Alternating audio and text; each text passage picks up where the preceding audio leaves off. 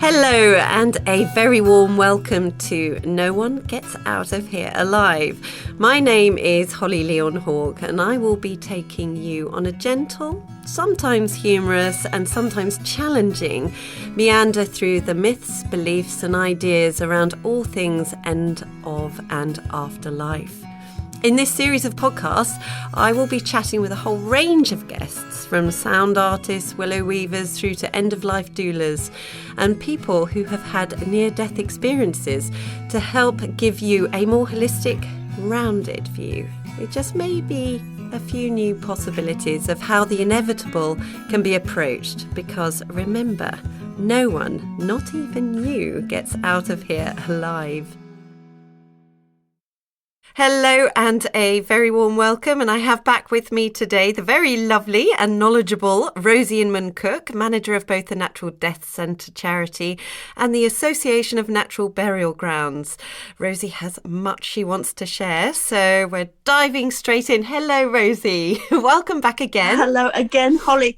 This is going to be the third hour of me talking. Now I know on most funeral subjects I usually tell people, God, I could talk to you for hours, but let's see how we go before you actually empty the old grey matter.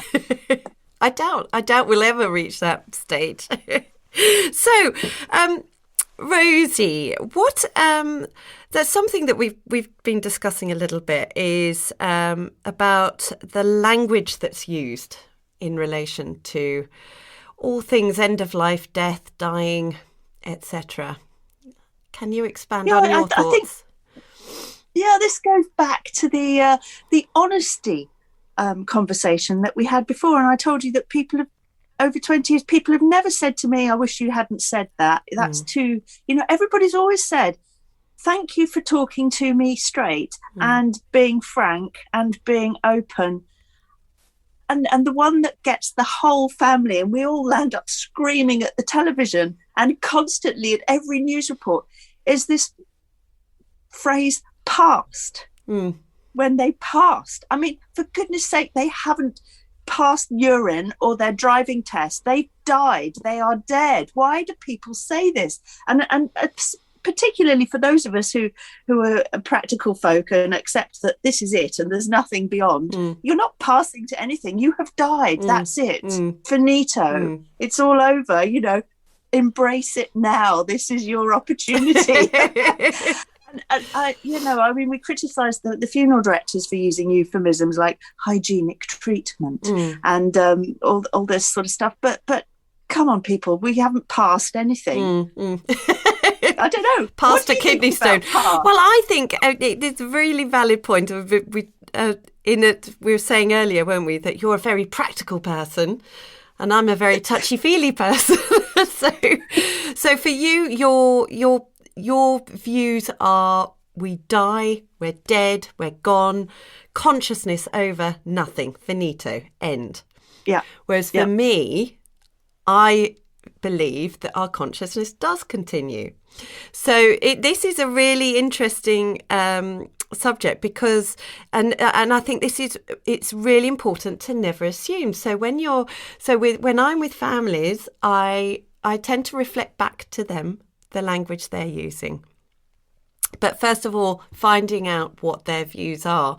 So for me, past, it feels okay because for me, when I die, I feel like I'm going to pass over the threshold into the other realm, the other existence. So for me, that works absolutely fine. And I think this is really, it just shows, doesn't it, how important it is that we share with people just, what our views are, what our values are. Because unless we do that, all these different types of mistakes. So if you were sitting by my bedside and you're going, it's all right, Holly, you're going to die soon. I'm going, no. I'm passing Rosie, Sarah. Don't know why I called you Sarah. And for me to say, oh, don't worry, it's okay, you're going to pass on now. You'd be, don't. I can just imagine it. I actually got ticked off the other day because I said I'm somebody, and this was a friend. This wasn't somebody phoning up the helpline, and I said, I'm really sorry you've lost your mum. And she got really cross. She said, I haven't lost her. She's not missing. She's dead. I know, that is a strange one, isn't it? I always, in the back of my head, I always want to say, so what, you're going to find them then? It's like, how can you just leave? Where have you lost them? What other words are there? There's the hygienic treatment, there's the lost, and there's the past. Yes. What else is there that we use regularly that's like... So this is an interesting one because you use this a lot, and I must say I struggle with this one. The deceased. Loved ones. No, the deceased. Oh, okay. What are your thoughts on that? I struggle because what in the English language is there is an alternative? Your dead person. Yes. And this is actually linked up with another one, which is I just want to tell you, which is loved one. Yes. The funeral industry is full of loved ones, your loved ones, and it's like, actually, sometimes these people are despised, they're hated, they're resented, they're not loved at all. They're just an inconvenience that you're duty bound to care for and attend to. Those two are sort of linked, really. They are, aren't they? And it comes back to never make assumptions. But within the funeral industry, assumptions are made constantly, aren't they? Yeah. And we all have such different relationships with everybody in our lives, and to assume that So Rosie's got her hand up. Please, what is your alternative for the word deceased? I mean, what can you use in the English language? What is the alternative? I ask people this regularly because I have this conversation, and none of us, the English language doesn't seem to have a word apart from saying the dead, or your dead person, or your loved one who's died or who's passed.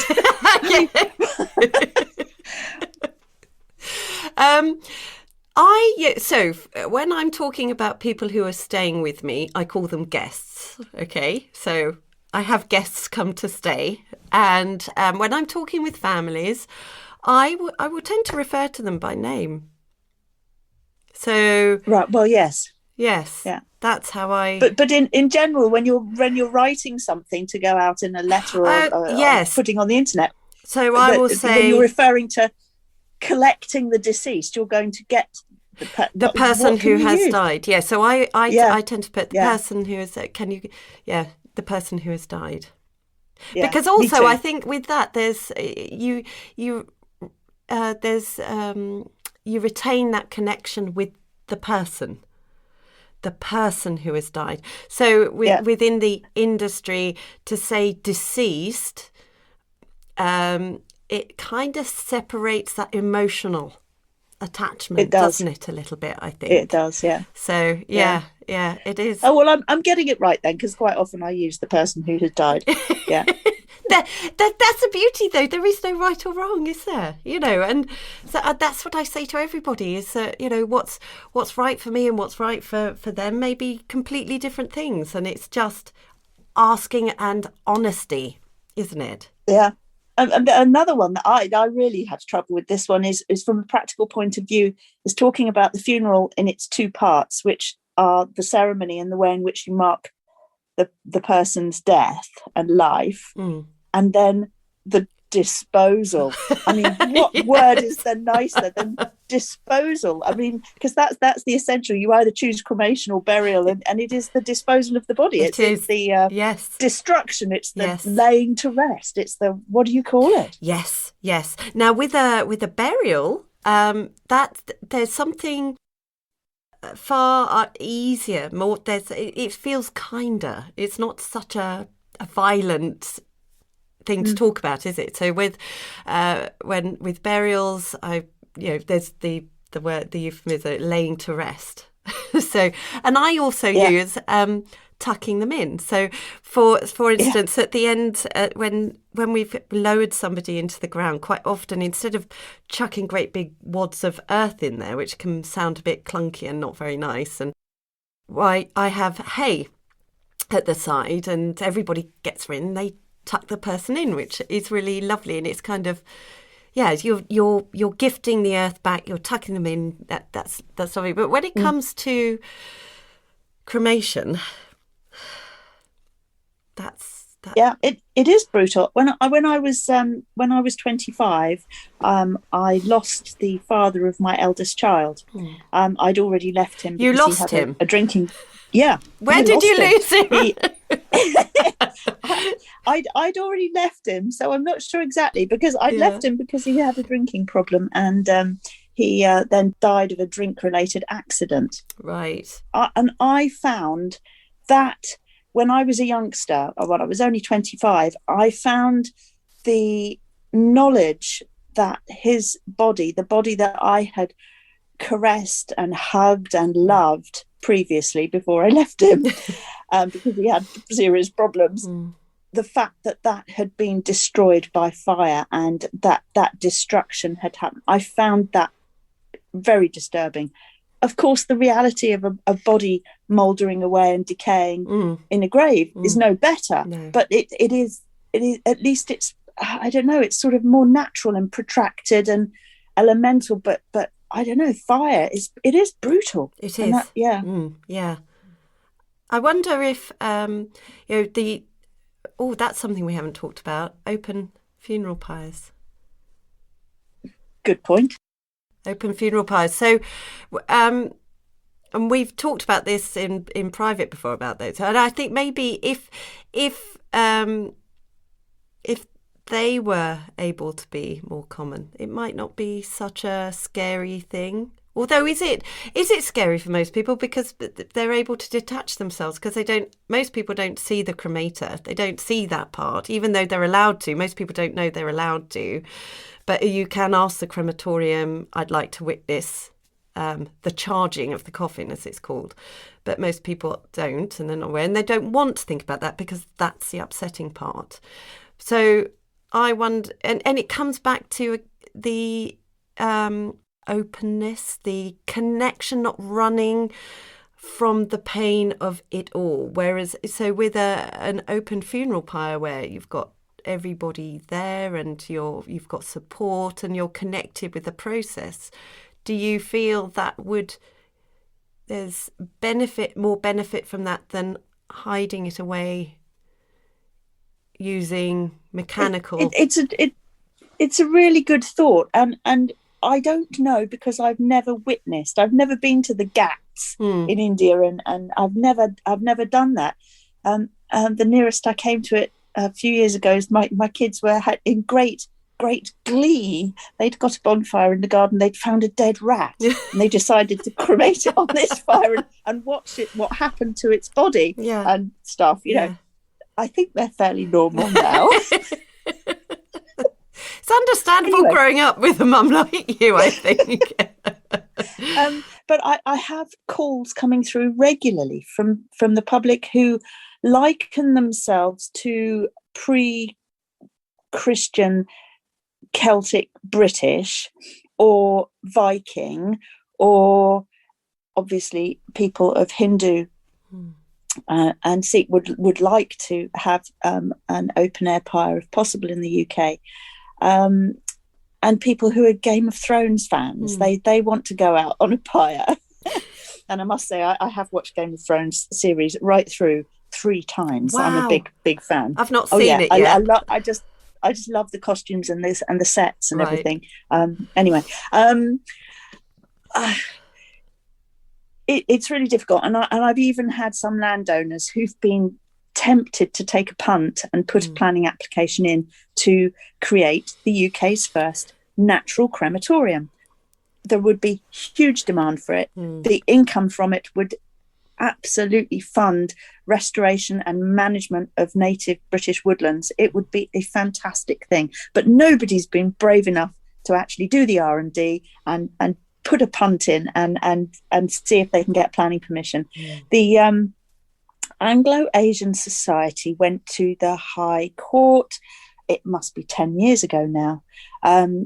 A gentleman from the northeast called Mr. Devinder Guy wanted to establish his rights to be burnt on a pyre in the UK. And the court found in his favour, however, due to the this is my understanding, I may have this wrong, due to the Cremation Act, it says that cremations can only take place in a licensed premises. And no existing crematoria have a license to do outdoor open air cremations. So we wait and see. And if anybody hearing this podcast is a massive landowner and has got thousands of acres where the smoke from open air pyres wouldn't cause any sort of upset or anything, then please get in touch. I would love to support you putting a planning application through. And, wonderful. Yeah. Yes. Yeah.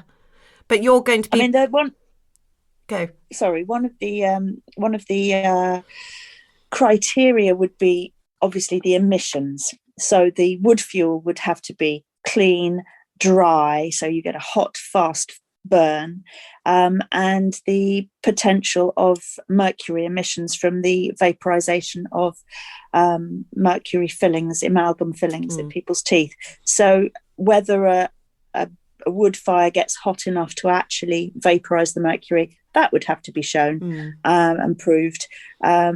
And it might be the case that we have to have removal of dental fillings. Yes, yeah, absolutely. Before the cremation. Yeah, yeah.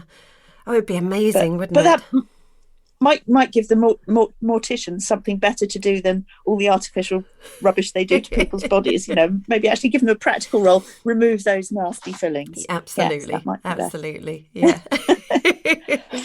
So, talking about keeping it open, honest, what are your views around having children at funerals? I think for the most part, it is absolutely essential. I think children can feel somehow they're to blame if they're excluded. I mean, I come from a generation in the 1970s. As a child, my grandparents disappeared, all four of them.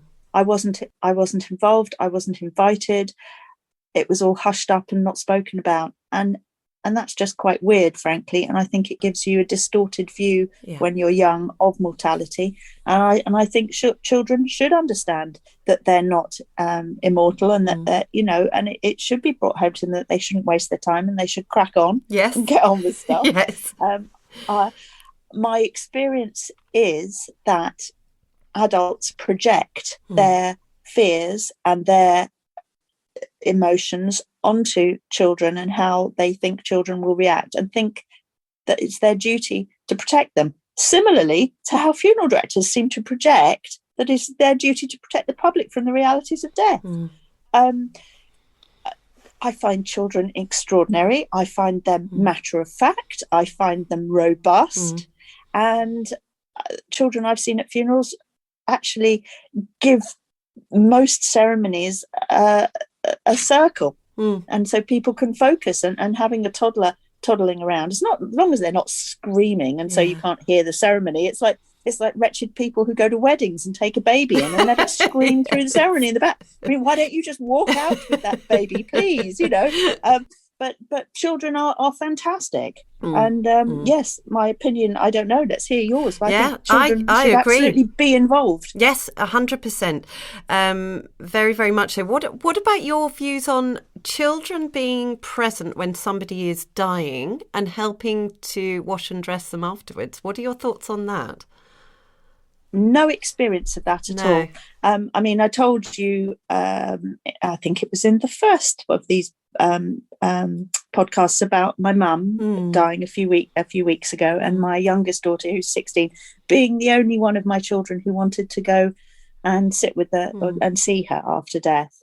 So even my children, they having had a lifetime of me exposing them to death-related issues, they didn't want to see Granny, which, let alone actually physically get involved. I mean, decorating the coffin was good for them, and carrying and pallbearing was good, but the actual nitty-gritty of being with a naked body, maybe it's because they hadn't been involved in her personal care while she was alive.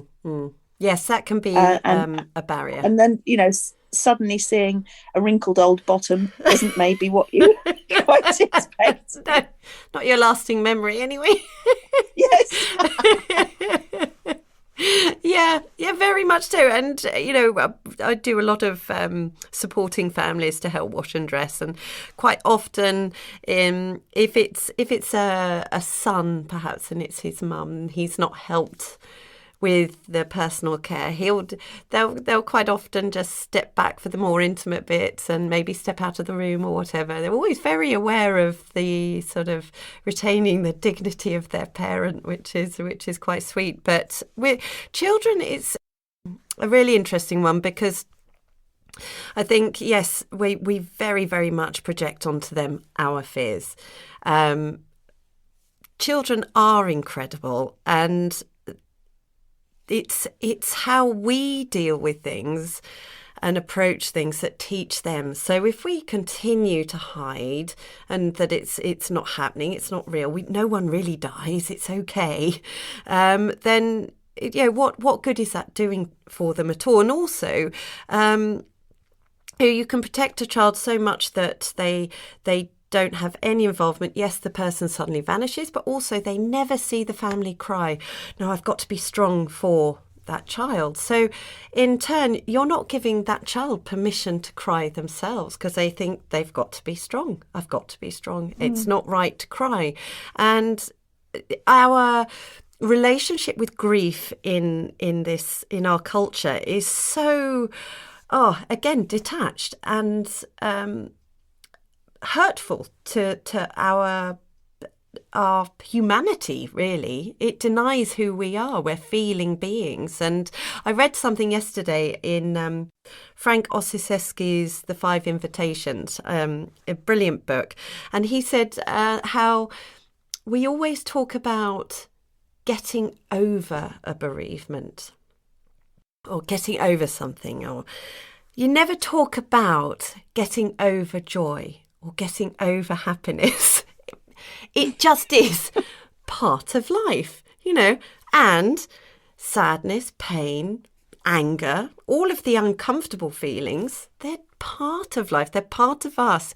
And it's not about getting over them. It's about embracing them, experiencing them, learning from them and moving through them, so that we can then go to joy and happiness without a pressure that, we've got to always be in that state of positivity. And I think that can be very damaging. So children, I feel, with everybody I've supported over the years, as you say, openness and honesty. And it's if you come with an open heart, with integrity, and then people are prepared for anything, really. It's if they're supported and loved through something, especially when it's quite a challenging thing. So yeah, no, I agree. Yeah, I mean, so often I see children, and the adult will pluck up courage to explain something to them, and the child will just say, "Okay, can I go and play now?" Yes. Or have you got any crisps? Yeah, absolutely. They're not. They don't dissolve into blubbering heaps. No. They're actually quite matter of fact. Yes.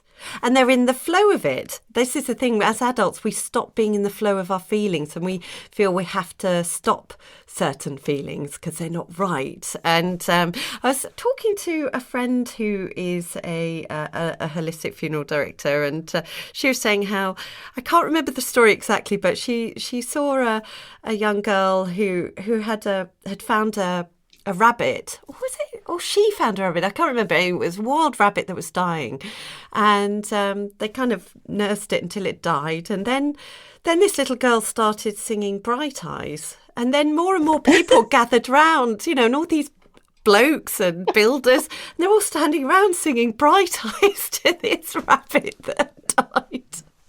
Which she said was just so lovely, But it was the spontaneity of this beautiful child that started it, honouring and loving this rabbit that otherwise would never have been seen, never have been known. It was just this spontaneous funeral. There you go. So, the nearest I've come to it is the rat on the bonfire. Yeah, a bit more brutal. Oh dear. So, is the answer to home funerals midwives? Well, yes, wouldn't that be a good idea? I hear everybody says, oh, before the industry developed, go back 150 years, it would be the wise woman of the village, maybe the women who helped with births, would be the ones you called to come and help lay out a body and look after and help support a family, along with the vicar and the local chippy who put the coffin together. Yeah.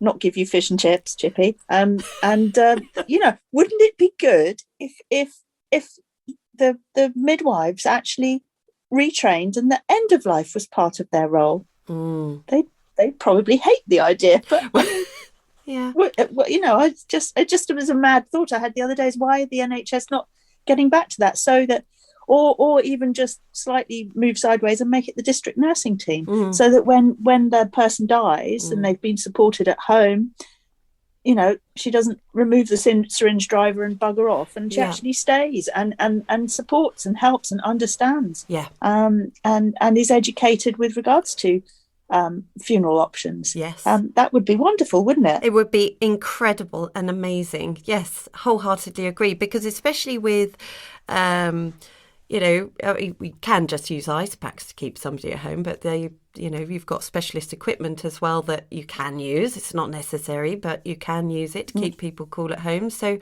yes. And, go back prior to the NHS and people would be kept at home. The funeral, as you say, would happen very quickly. It wouldn't be, they wouldn't be waiting in a mortuary for 3 weeks or more before the funeral. Yes. So to die at home, be cared for at home, and then within a few days, up to 5 days, it's done. Yeah, beautiful. Yeah, Mum, as I said, previous podcast, 3 days at home, behaved really well. I had several dozen ice packs, so I had some in the freezer and rotating. Yeah, it was really easy. Yeah. She was very cold. Yeah, she behaved beautifully. Yeah, yeah. Because it's, again, we'll say it again, it's not rocket science, is it? It's just, No, it was so straightforward. Yeah, absolutely. So, yes, midwives. So we've got, because there are end of life doulas and soul midwives who I've got some people coming on talking about that in future podcasts, which is really interesting. And I think yes, that's coming into it. But I think there's within the NHS there's room for more of a supportive role after death, isn't there? I think because it is. It's not just the practicalities, is it? It is so emotional. And when I've supported families at home, and I go in, and it does remind me of when I had my son, and the midwife would come in, and there was just this almost like otherworldliness about it, that he's my only child. I didn't know what I was doing. I needed her support, and she was there. And I felt very much it was that same kind of energy when helping people care for their dead at home. Because even if they're fairly confident, they still need guidance. But it's that gentleness. It's bringing gentleness, isn't it, I think? Which, many men can do. But I think there's something to be said for the feminine, isn't there? I think. Absolutely. Yeah. So, Rosie, you mentioned something about a survey that you've done. Ooh, yes. Now, this is one of these unofficial Rosie surveys. Right. I decided to talk. I spent several months gathering information from folk on the periphery, professionals on the periphery. So I spoke to celebrants, grave diggers, cemetery managers, crematorium operatives, just people who are not funeral directors but are involved in the industry. And I said to them, okay, knowing the sort of 40, 50 firms of funeral directors in your area who you have dealings with and who you see working on a regular basis, what percentage of those funeral directors would you trust with the body of your spouse, your child, one of your parents, and it's astounded at the consistency of their answers, which was 5%. Wow. Really? Yep. Typically there would be only one firm out of the 50 in their area who they would personally trust. Now, I find that extraordinarily disturbing because, flip it round, they don't trust 95%. I'm speechless. That's shocking. Yeah, but every single one of them, really, came back with 6%, 2%. It was really, really, really low. None of them said, "Oh, most of them are okay." Yeah. Or anything like that. Not one. Yeah. They all came back, having considered the seriousness of my conversation. I said, okay, one of your kids is knocked over and killed. Yes. What percentage would you trust? All of them? And you're likely, no. And within the survey, did they give their reasons why at all? Do you know? No, it was just a question of trust. Question of trust, yeah. Be interesting to find out what it is. Maybe I should do it again on a more official line. I think you should. I think that would be really, really interesting, because to find out exactly what it is that people do trust and don't trust, I think that clarification that's shocking, isn't it? Very, very. Yeah. My goodness. I was at a meeting one time. I forget where it was. It was some presentation by some cremation authority or something. And I sent little notes with this question round to people who were sitting in the audience who I knew, and asked them to write on the back of the piece of paper the percentage and fold it up and send it back to me. We were like naughty school children in the class sending notes, and opening them, it was like 5%. And it was like, what the hell? How can that be so ubiquitously bad? Yes, yeah. Which just demonstrates that something seriously is wrong, isn't it? And these are people who know these firms, who watch them operate, who understand the language that they're using, the way they behave behind the scenes. And that's key. Because it's so easy to give it all the talk, but actually this is the thing, isn't it? It's intention.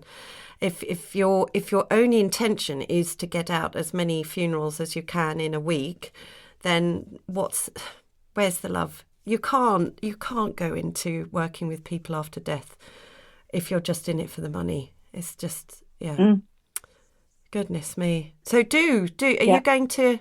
I think you should follow up and do a bit more on that. Oh gosh, as long as put it on the list of all the things I've got to do. I wish I had about 10 sponsored volunteers and staff who would run with projects, because it's yeah. Okay, anyone out there who wants to help Rosie? So where does your funding come from as a charity? Do you have much support? Yeah, donations from families who I've helped is really nice. At the footer of all my emails, it's please help us, maintain the service to the members of the public and other families who will follow on. Our natural burial grounds have a banded donation system with regards to their membership, so that they're supporting us, because we support them, and I do a lot to expand the network of first-rate natural burial grounds around the country. That takes up a lot of my time, so we have support from them. And we sell the handbook, of course, which is something that we've done. We're in the 5th edition. Even though the 5th edition is now a few years old, the body of work is absolutely relevant and to everything that we've been talking about. The directory section might be a bit out of date, but then we have an up-to-date directory on our website, and I always refer people to that. Unfortunately, some firms that were good have been bought out by large chains, and we don't feel confident in recommending them anymore. And similarly, some of the natural burial grounds have done something terrible that means they don't meet our code of conduct or our standards any longer, and so they've been drummed out of the brownies. So the old, that. But so the sale of the handbook is an important revenue, and that handbook 20 years ago, edition probably 2 at the time that I read was the Alternative Funeral Bible, and it's where I started all those years ago, getting hold of a copy of the Natural Death Handbook. Absolutely. It's Me a groundbreaking it's brilliant. Yes. Sorry, say again? Me too. Yes, I absolutely love it. It's just wonderful knowledge for all things after death. So who wrote the handbook? Who was it originally that wrote it? Well, Nicholas. It was Nicholas, yes. Yeah, Nicholas and Josephine put it together back in the day. I can't speak too knowledgeably about those days because I wasn't involved and I wasn't around when they went at the beginning, back in the early 1990s. But it's been completely revised several times by subsequent boards of trustees and guest writers and experts in the field. So fantastic. Wonderful. And have you got anything else you want to share with people? Well, just to be careful about gimmicks. Death seems to attract, I don't know if I call them entrepreneurs or inventors or scam artists or what I could refer them to, but people who come up, it seems to attract people who have ideas about revolutionizing death. Now, I'm all, as you know from our conversations, and anybody who's listened to the last 3 hours will know that we are absolutely, I feel, at the front of revolutionizing death. Yes. But somebody the other day said to me that I was part of a system that was stuck in its ways, which astounded me. And I think that person was actually quite wrong and had misunderstood where I was coming from. Right. Because they were actually talking to me about the mycelia, the fungus coffin. And have we spoken about that? We did, yes, because you said, I loved what you said about just why don't you just get some mycelium and sprinkle it into a biodegradable coffin without the need for, overthinking it. So now I have to be really careful that I'm not going to be libelous in what I'm going to say or slanderous or whatever. There is a lady in Northern Europe who for the last, 25 years has been promoting a new way of disposing of corpses through freezing. And her company has had lots of fantastic coverage in the press globally. And she continues to go around the world selling her concept. And she very much portrays it as a tried and tested system for disposing of humans in a very clinical, clean 21st century way. And she gets huge coverage, and she has duped councils, she has duped members of the public into signing up, she has duped people around the world into buying the franchise for their continent from her. Right. Mad as a box of frogs. Doesn't exist. Yeah. It's on the back of the beer mat, but yet she portrays it as something that she's got a huge industrial unit with scientists working and people, and it's all set up and it's all functioning. She's in terrible trouble with the government in her country and the church in her country, because people have got their bodies waiting for months, if not years, for her system to come online. Right. But it doesn't work. It's not going to happen. Right. But I unfortunately have to deal with people who are phoning up saying, oh yes, can you tell me where I get this done? I've heard about this, I've put it in my will, this is what I want to happen to my body.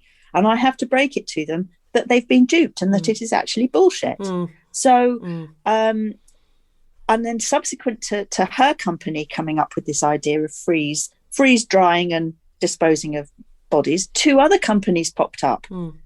And one of them has now been shut down by the government in Dublin, and they have been selling shares or franchises or whatever around the world, and there are multi-million-dollar lawsuits against them.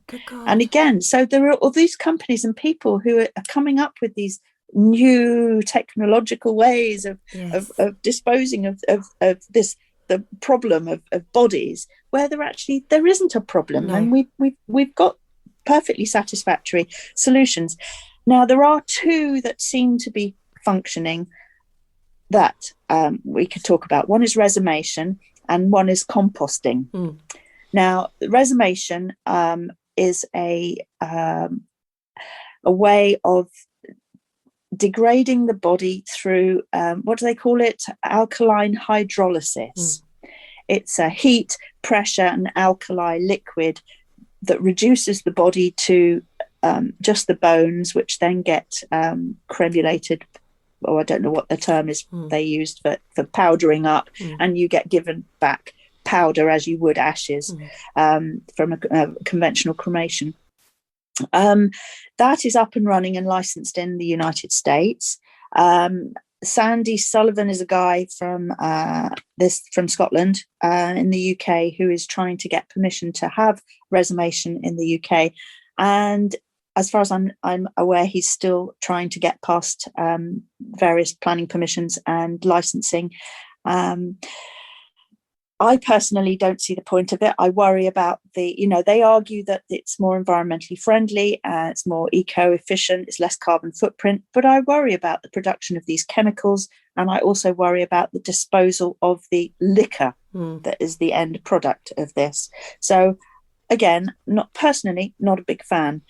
Now we have the composting from a lady in North America called Katrina Spade, who has established in principle that she can do this. And I hear online, and I see news reports from the States, that she's actually up and running and is composting her first customers. I worry about the disposal of the several wheelbarrowfuls worth of compost that is the result. It's very much promoted as an alternative to natural burial for people in urban areas who are not near to a natural burial site. But then you've got this compost to dispose of, and unless you're a guerrilla gardener or you're happy for this to be shipped off and sent somewhere where it's an acceptable form of mulch or round, I don't know. So we wait to see whether anybody brings it over to the UK. That would be interesting. And so it's watch this space with these alternatives. So those two seem to be running and of merit. But if anybody hears about the freeze drying things, I mean, but my basic understanding of science is suet. So fat around your kidneys or any sort of fat is a very good insulator. And however cold you make it, it is not going to, without some sort of physical pulverization, it is not going to crumble into a powder if you dehydrate it and freeze it, make it cold enough, which is what these companies, their sales pitch has been. I mean, it's just not going to work. It's just going to remain bendy and flexible, and then when this dust rehydrates, it's just going to become jellified human goo, isn't it? I mean, what a mad idea! And it comes back to what you were saying in a previous podcast where we were talking about this myth that we're running out of land to bury people. Well, actually, that is a myth, and we don't. Yeah, absolutely. We don't need. Mother Earth already knows how to take care of us. Let her do that. Why complicate it? Yeah, at the start of the COVID outbreak, I had the sobering job for the government's resilience teams of phoning round all my natural burial grounds around the UK to establish how much space we'd got between us. Really? Right. Yeah. Gosh. And it was quite eye-opening. We've got hundreds of thousands of graves available at the natural burial sites, and they're few and far between. Yeah. And the if every community was using natural burial sites, and every parish, every borough had a natural burial site, these are great protected green spaces that are of value to wildlife. They can be used for forestry. They can be used for horticulture in a way. I mean, you can have orchard burials where there's a fruit, there's a secondary product in a way. And I love the idea of introducing these spaces for use as well, for children to go and do nature watching and things like that. So there, you've got the cycle of death and life, and they're watching life amongst death, and that's beautiful. And I think it's something like 70%, isn't it, of all disposals are cremation. It's quite a high percentage of cremation, and I think I just feel that's sad in many ways. Do you feel that it's also because people are so dispersed across the country and the world that there's this sense that if they've got ashes, then they don't have one memorial site? No, you don't.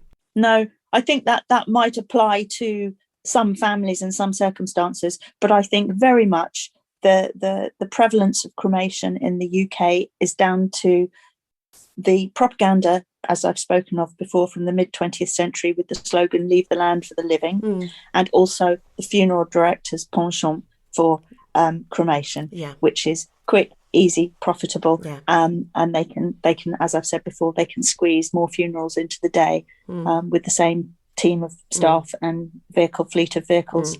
So when I've sat down and talked to people who've said, I'm going to be cremated, and I've said, why? Why do you want to be cremated? They've said, it's cheaper, and I'm not going to be taking up space. And when I explained to them that they've been persuaded by trickle feed over the years about this, I reckon 40% of them will say, I never realised. I'll have a burial. That sounds much better then. Yes, absolutely. So it's lack of information. And steerage from an industry that's got an agenda. Yes, and it does, doesn't it? It really does. And what the Natural Death Centre does is just what it says on the box. It's wonderful. Death is natural. It's. I'm not trying to say that cremation is wrong. I'm pro-choice. If cremation is what somebody wants, then absolutely that's what they should have. But again, they should know their facts. Yes, because you cannot make a choice if you don't know all the options. There is no choice there, is there? No. Rosie, I think we're going to wrap it up there for today. Thank you so much for being That's okay. with me again.